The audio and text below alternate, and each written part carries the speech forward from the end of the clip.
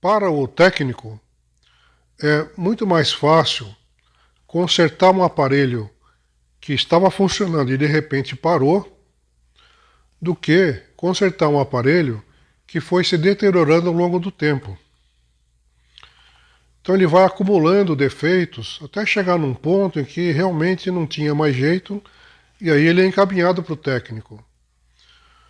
Por que eu digo que é mais fácil consertar um aparelho que parou de repente? Porque normalmente é um defeito só.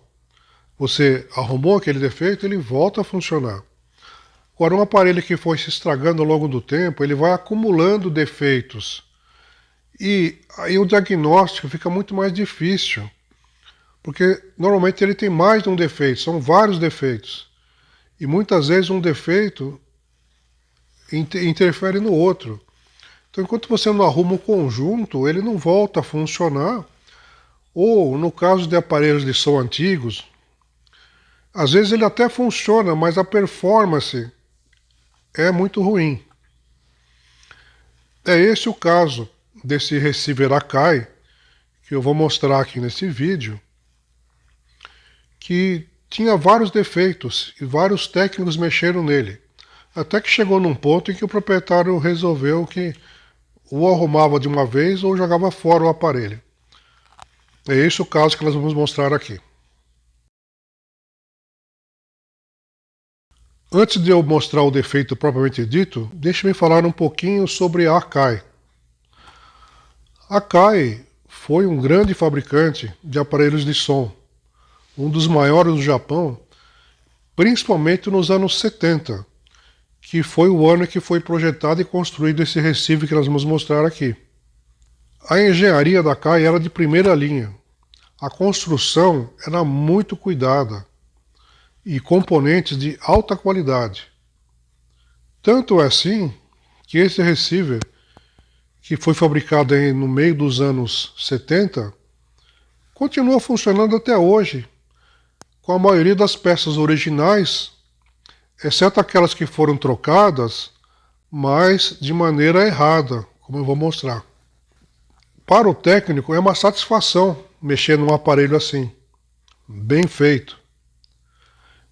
E o capricho da Akai em divulgar o manual de serviço, manual para manutenção, muito detalhado, com todas as instruções de construção, especificação das peças, as regulagens, tudo muito bem documentado.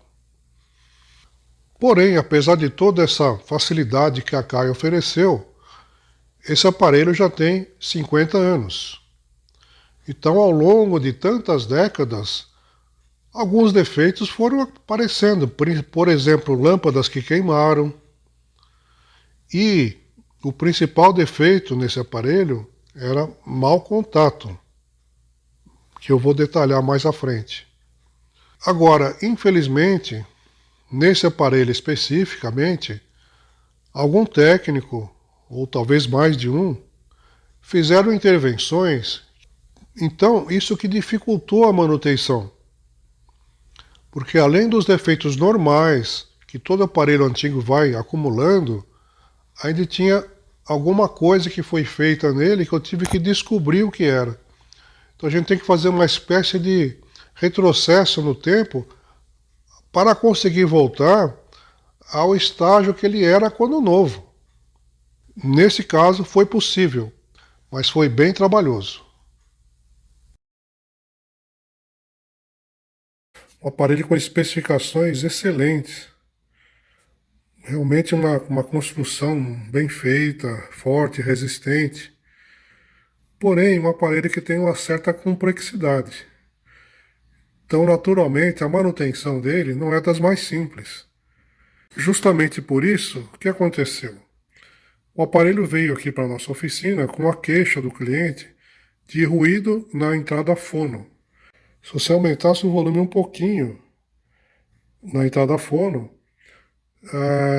dava uma realimentação e os alto-falantes das caixas começavam a vibrar e você não conseguia escutar. Um ruído bem grande mesmo. Então essa foi a queixa original. Agora, o aparelho chegando aqui, eu liguei, eu vi que ele tinha ruído, na verdade, em todas as entradas. Só que na fono, como ele é mais sensível, o ruído aparecia mais. Então o nível de ruído realmente é alto, não dá para escutar. Muito ruim o som. Segundo o cliente, o que aconteceu? Deu um problema qualquer no aparelho, foi para um colega técnico e ele diagnosticou que queimou o transformador. Aqui está o transformador dele. E realmente dá a impressão aqui que esse transformador não é o original, ele foi refeito, que o original não é assim. Ele é blindado. Essa é uma foto que eu peguei na internet de um AAS 1150 original. Olha como o transformador é bem diferente. Ele é todo blindado com uma armadura de aço. Mas eu também achei fotos mostrando um transformador diferente, parecido com esse que eu estava consertando. Só que a posição é um pouco diferente. Esse aqui não tem blindagem. Então pode ser aqui que começaram os defeitos. Porque o transformador não sendo blindado, como ele está muito próximo aqui dos circuitos de baixa tensão, ele vai induzir ruído nos circuitos. No aparelho original, esse transformador era blindado e aqui em cima, justamente do amplificador de pré, do amplificador de fono, tinha uma blindagem magnética, tinha uma chapa de aço aí que não existe mais. Mas ainda tem aqui o parafuso onde ela era preso. Então quer dizer que por algum motivo essa chapa foi retirada. Agora, o transformador que colocaram aqui, ele é maior do que o original. Ele fica pendurado aqui, ele está todo torto aqui na colocação. E pior, ficou muito apertado aqui o espaço entre o transformador e essa placa aqui, que reúne o amplificador de potência, a fonte de alimentação e uma parte do pré. Então fica muito complicado mexer aqui. Agora, o pessoal que colocou esse transformador achou por bem colocar esses terminais aqui para emendar o transformador que foi colocado com os circuitos aqui que vai para essa placa da fonte. Só que isso aqui, esse borne aqui, não é de boa qualidade, ele dá muito mau contato. Tinha um outro também, no outro conjunto de fios aqui, que também tinha um borne. Mas esse aqui eu já, como ele dava muito mau contato, você não conseguia nem testar o aparelho. Então aqui eu já fiz uma emenda com solda e com todos os cuidados, para que não dá problema. Então nosso desafio agora é recolocar esse aparelho em funcionamento, tirar, na medida do possível, essas gambiarras que foram feitas e resolver o problema do ruído, que na verdade o problema inicial, que era o ruído no forno, é só um dos problemas desse aparelho. No final das contas, o que é que foi feito? A reclamação original, o defeito original, era na entrada fono, que tinha muito ruído. Então, quando você aumentava o volume, começava a pipocar, o alto-falante ficava batendo e tinha muito ruído de fundo, um ronco muito forte. E eu reparei que também nas outras entradas, principalmente na auxiliar e na de tape, também tinha ruído de fundo, muito forte, um ronco. E dava a impressão de ser falta de terra, porque você colocava a mão no chassi e o ruído aumentava. Depois de muita pesquisa aqui, de procurar na fonte, capacitores, examinando o aparelho em fotos da internet do aparelho original, eu reparei o seguinte: faltava uma blindagem aqui. Eu não sei se foi retirada durante alguma manutenção ou se a própria Brasway, que fabricava essa Sakai no Brasil, resolveu por economia retirar essa blindagem. Nesta mesma foto, dá para ver aqui do lado direito, em cima, uma chapa onde são montados os fusíveis e que serve como blindagem para o amplificador de fono. Mas nessa outra foto, de um outro exemplar, que tem o transformador sem blindagem, a posição dos fusíveis é diferente. Então não tem essa proteção em cima do pré-amplificador. O fato é que, experimentando, com a blindagem o ruído praticamente desaparecia. Então eu resolvi colocar uma blindagem. Então eu fiz a blindagem aqui com uma chapa de aço e fiz uma pequena adaptação aqui para poder blindar essa parte aqui, justamente onde fica o amplificador de fono e as chaves seletoras de função, que muda aqui entre auxiliar, fono. E eu coloquei um fio ligado na chapa, ligado direto no terra. Bom, isso aqui já tirou boa parte do ruído, mas ainda tinha. Bom, pesquisando aqui na fonte, eu vi que a fonte estava com pouca filtragem. Provavelmente algum dos capacitores que estão aqui na fonte estão com problema. Acontece que nesse amplificador, a placa da fonte e a placa do amplificador são a mesma. E ela é montada em cima desse dissipador. Então, para eu conseguir chegar ali no capacitor da fonte, do pré, eu teria que desmontar o amplificador inteiro, retirar os transistores para ter acesso. Só que aí eu não teria como testar. Então, o que eu fiz? Eu coloquei um capacitor adicional aqui, filtrando a energia que vai para o pré, diretamente no pré-amplificador de fono. Isso aqui já tirou mais uma parte do ruído. Agora, o ruído mesmo, na minha opinião, veio porque em vários pontos de terra estava com resistência ohmica, cerca de 8 ou 10 ohms. Por exemplo, aquele ponto ali é onde liga o chassi com essa placa, onde fica o fono. Eu tirei e fiz uma ligação do terra por fora com solda e na montagem originária com parafuso. Com o tempo esse parafuso dá um mau contato. A mesma coisa, todas as junções de cabo aqui são feitas com esse fio enrolado. Isso aqui é muito usado na telefonia. É uma máquina que enrola o fio em ordem do terminal. Acontece que com o tempo, isso aqui começa a criar mau contato. O que eu fiz aqui? Eu passei um fluido de solda em todos os contatos e apertei novamente.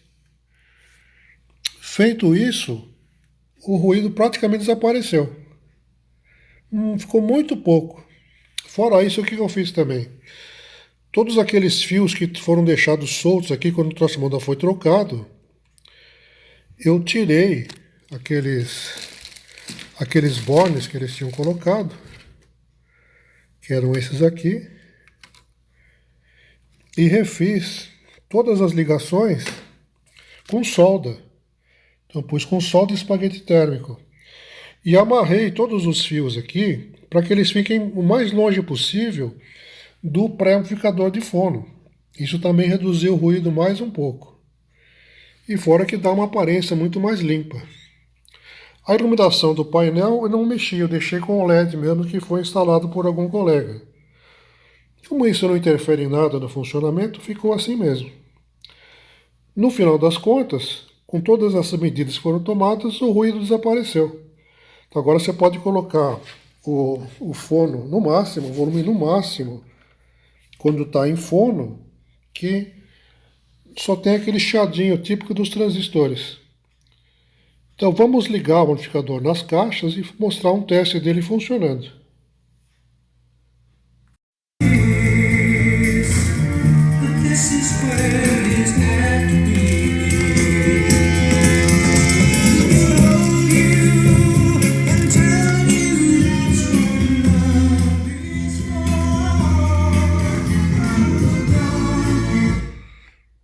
Aí, Eric. Aqui o volume aqui tá um quinto mais ou menos. Por o volume total agora. Faz esse chiado, eu não sei se dá para captar. É praticamente nada. Então acho que o problema está resolvido.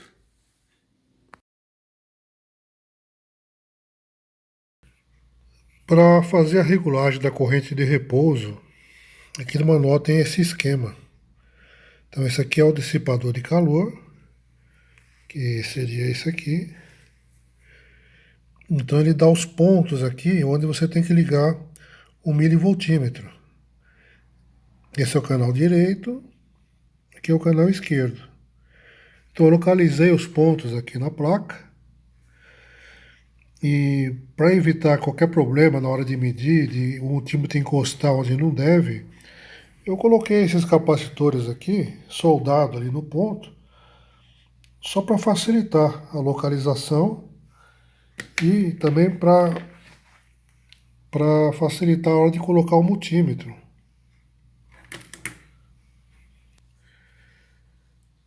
Eu vou usar esses multímetros aqui com garrinha. Então com a garrinha eu venho aqui, coloco no ponto, aí eu posso fazer a regulagem tranquilamente, olhando ali e fazendo a regulagem, porque a regulagem é feita pelo outro lado da placa.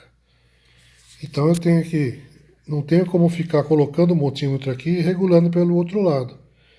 Então eu adotei essa solução aqui. Então eu faço toda a medição com as garrinhas e depois que estiver tudo pronto eu tiro os capacitores fora.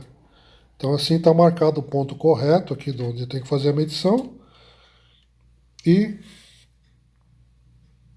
depois eu tiro fora e fica tudo certo. Então o manual pede para regular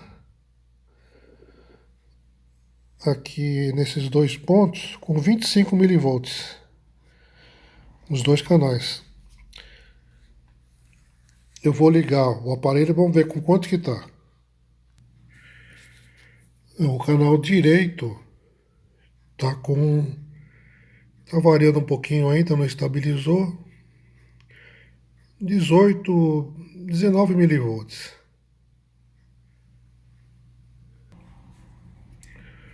O canal esquerdo está ali com 13, está começando a estabilizar, mais ou menos 14, 15 milivolts. Significa então que vai precisar ser feita a regulagem. Como a regulagem é do outro lado, eu vou colocar o aparelho de lado para poder enxergar o multímetro e fazer a regulagem. Então já está tudo preparado aqui, o multímetro está ali. O canal direito, já regulei. Não consegui chegar nos 25 exato, mas está 25,4.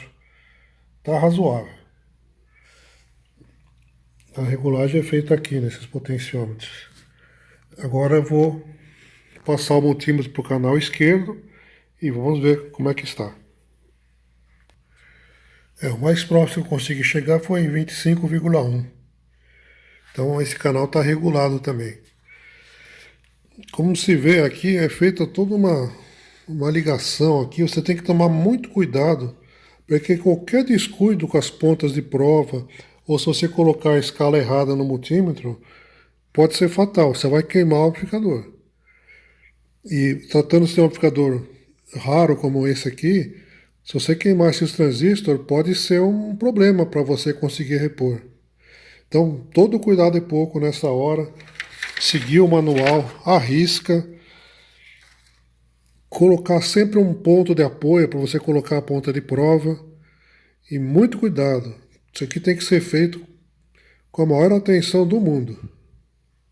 Agora que está regulado, a gente pode desmontar todo esse esquema que a gente montou aqui e voltar o amplificador como ele era. Ok, já retirei então os capacitores e a placa voltei ao seu que era.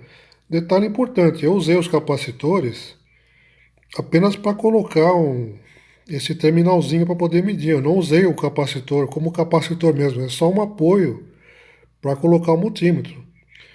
Mas você pode colocar um pedacinho de fio qualquer ali, vai funcionar do mesmo jeito.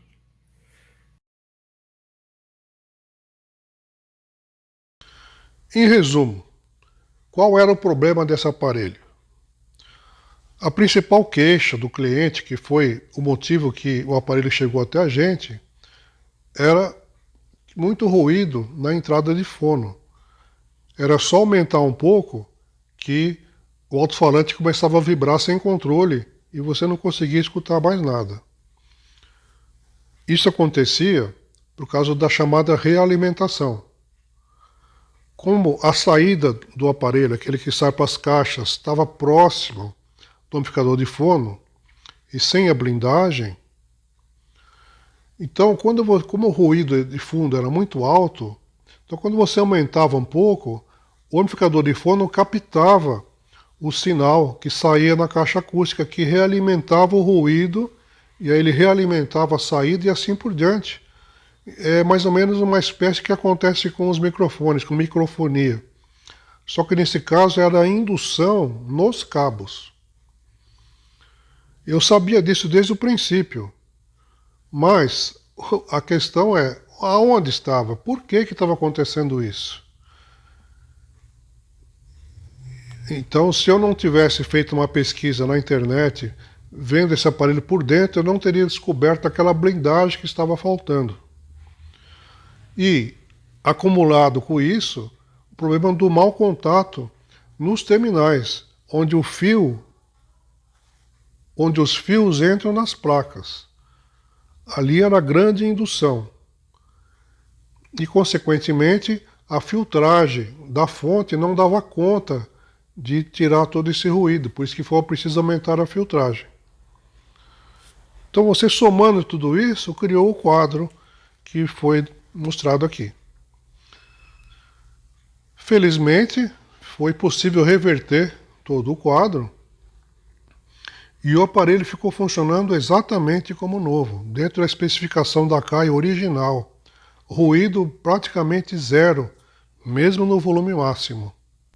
Então fica aí um exemplo mostrando como às vezes o trabalho do técnico é ingrato, porque foram gastos muitos dias de trabalho nesse aparelho, até conseguir traçar o roteiro do que fazer. Se eu não tivesse investido esse tempo, eu não teria descoberto. Agora que eu já sei como é, se algum dia aparecer algum aparelho parecido com o mesmo defeito, eu já vou saber por onde começar.